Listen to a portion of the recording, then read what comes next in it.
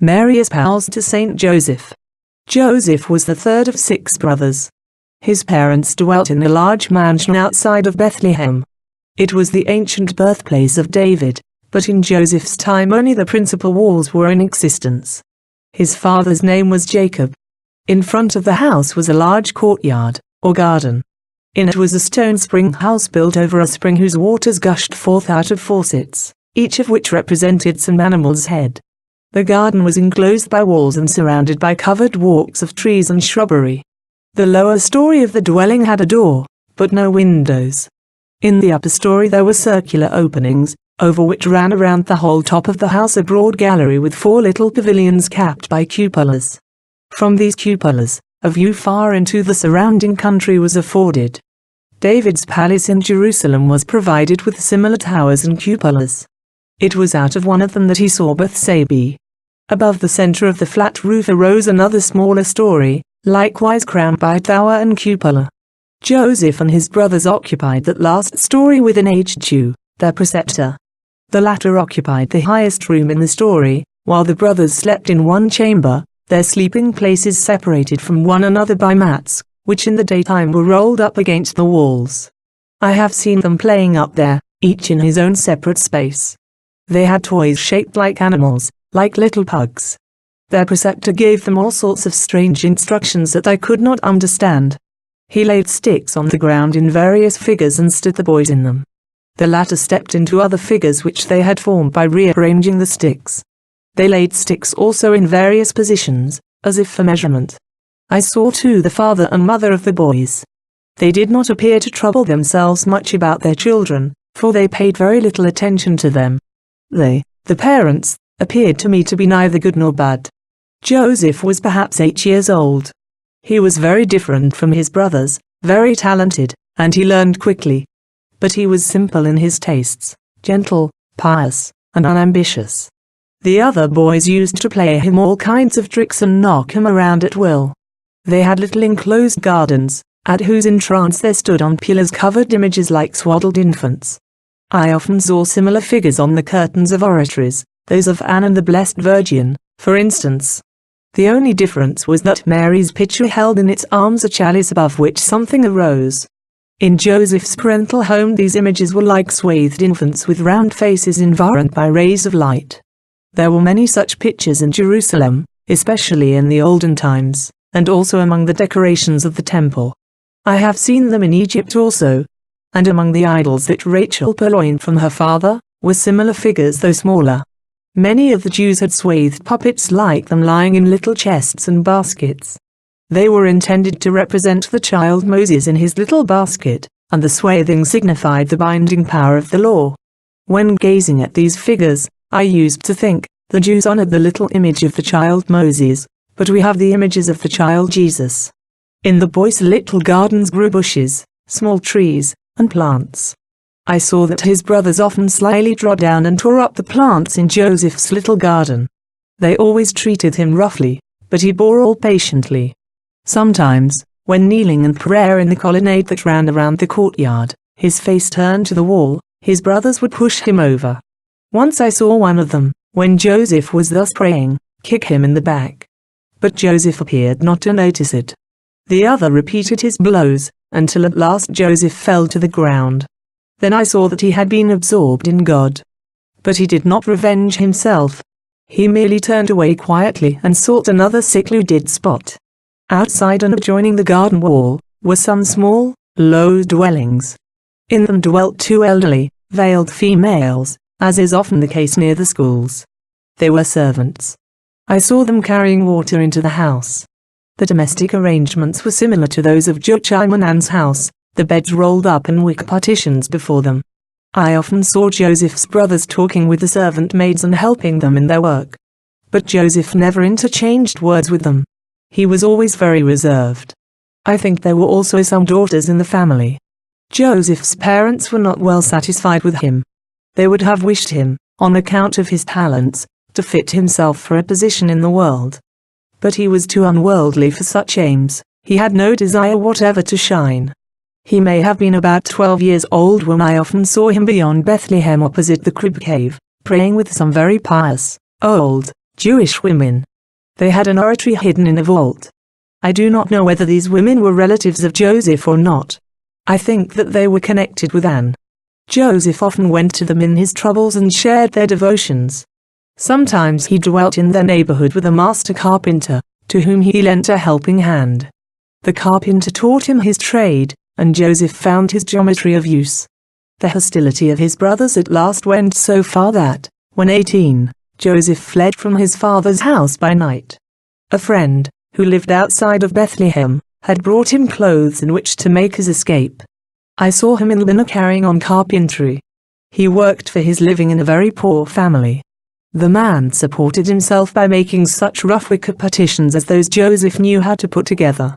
The latter humbly assisted the family as far as he could. I saw him gathering wood and carrying it to the house. His parents, in the meantime, believed that he had been kidnapped. But his brothers discovered him, and then he was again persecuted. Joseph, however, would not leave the poor people nor desist from the humble occupation of which his family was ashamed. I saw him afterward in another place, Thanash. There he did better work for a well-to-do family. Though a small place, it had a synagogue. Joseph lived very piously and humbly, loved and esteemed by all. At last he worked for a man in Tiberias, at which place he lived alone near the water. Joseph's parents were long since dead, and his brothers scattered.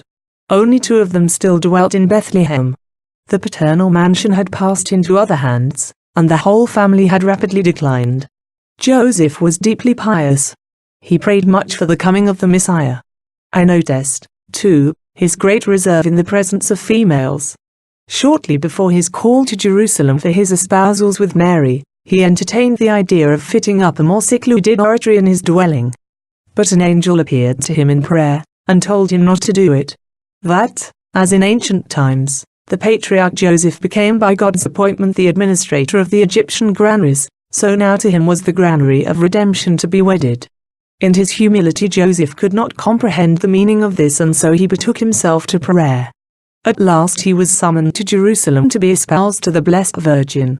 There were 7 other virgins who were with Mary to be dismissed from the temple and given in marriage.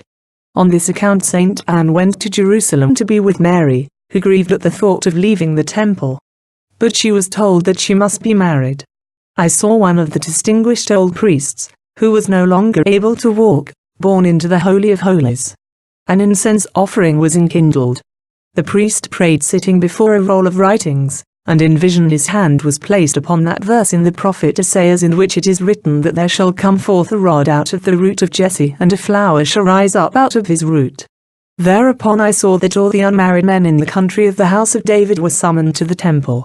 Many of them made their appearance in holiday attire, and Mary was conducted to their presence. I saw one among them, a very pious youth from the region of Bethlehem, who had always ardently prayed to be allowed to minister to the advent of the Messiah. Great was his desire to wed Mary. But Mary wept. She wished not to take a husband. Then the high priest gave to each of the suitors a branch which was to be held in the hand during the offering of prayer and sacrifice. After that, all the branches were laid in the Holy of Holies with the understanding that he whose branch should blossom was to be Mary's husband. Now when that youth who so ardently desired to wed Mary found that this branch, along with all the others, had failed to blossom, he retired to a hall outside the temple and, with arms raised to God, wept bitterly. The other suitors left the temple, and that youth hurried to Mount Carmel where, since the days of Elias, hermits had dwelt. He took up his abode on the mount, and there spent his days in prayer for the coming of the Messiah.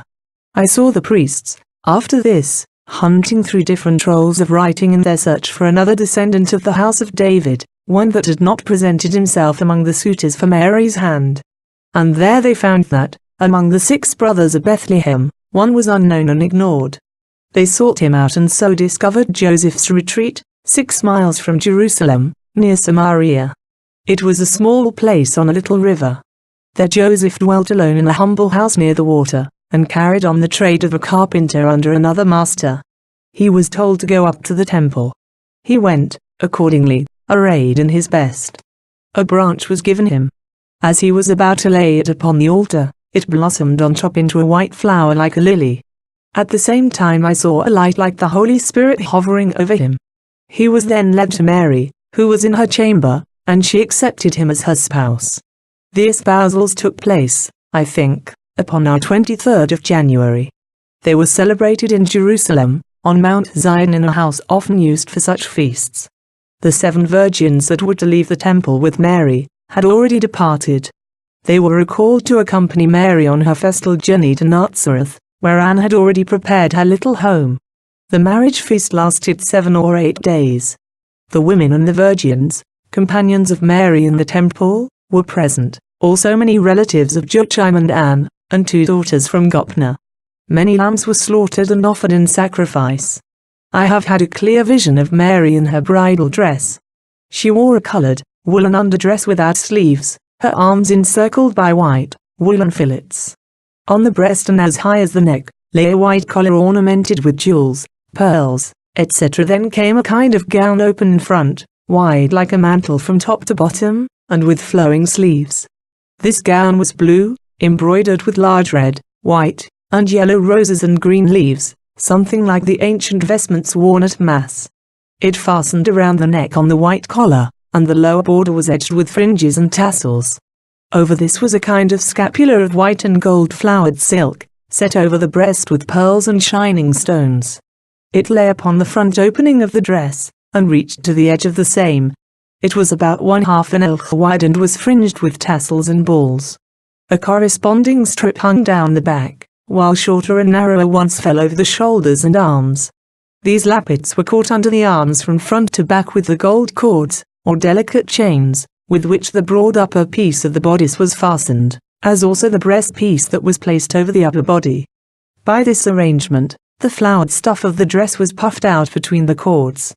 The white sleeves were tightly fastened in the middle of the upper and the lower arm by buckles, puffing out around the shoulders, the elbows, and the wrists.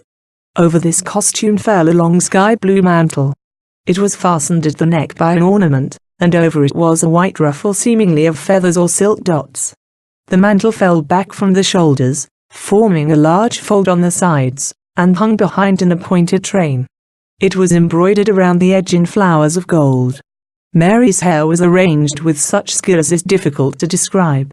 It was parted on top of the head and divided into numerous fine strands, which were caught together with pearls and white silk. It formed a large net that fell over the shoulders and down the back to the middle of the mantle. It looked like a web. The ends of the hair were rolled in, and the whole net edged with fringe and pearls. On her head was placed, first a wreath of white raw silk or wool, closing on top with 3 bands of the same meeting in a tuft. On this rested a crown about the breadth of one's hand, set with many colored jewels. 3 pieces arose from the circlet and met together in the center, where they were surmounted by a ball. In her left hand Mary carried a little garland of red and white roses made of silk, and in the right a beautiful candlestick covered with gold. It had no foot, but was furnished like a scepter with knobs above and below the point at which it was to be grasped by the hand. The stem began to swell out in the middle and ended in a little dish upon which burned a white flame.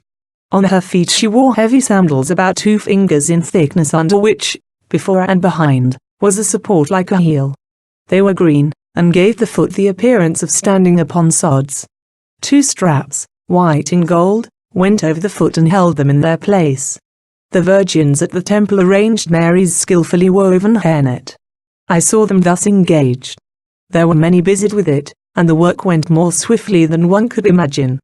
Anne brought all the beautiful clothes, but Mary was so modest that it was only with reluctance that she allowed herself to be arrayed in them. After the nuptial ceremony, her braided hair was wound around her head, a milk-white veil reaching up to the elbows thrown over her, and the crown placed upon it.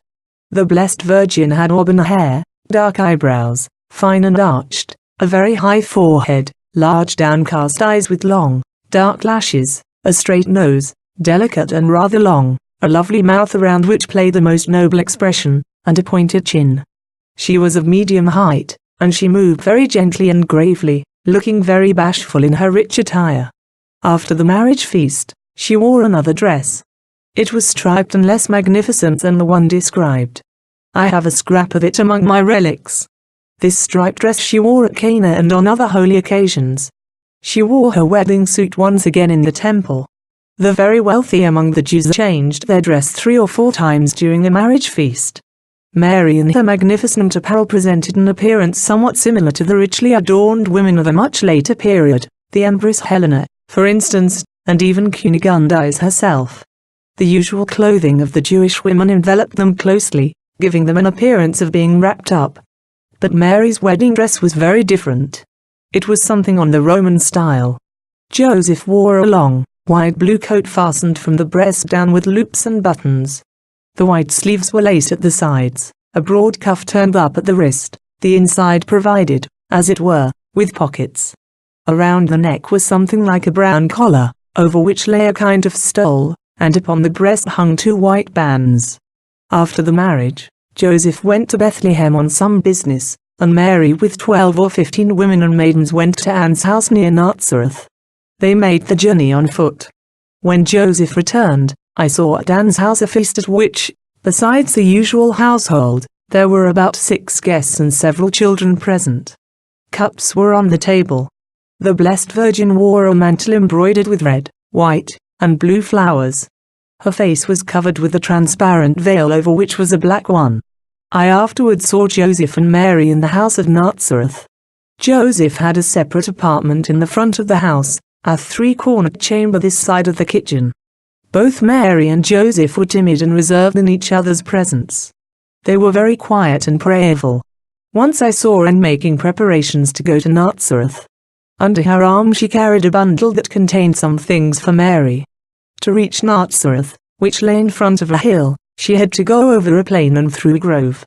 Mary wept very much when Anne was leaving and accompanied her a part of the way. Joseph was alone in his apartment in the front of the house. Mary and Joseph had, properly speaking, no regular housekeeping affairs. They received from Anne all that they needed. I saw Mary spinning and sewing too, but yet with wide stitches. The clothes then worn had not many seams and were entirely in strips. I saw her embroidering also, and with little white sticks knitting or working. The cooking she did was very simple and, while it was going on, the bread was baking in the ashes. They used sheep's milk, and of meat generally pigeons only. Amen.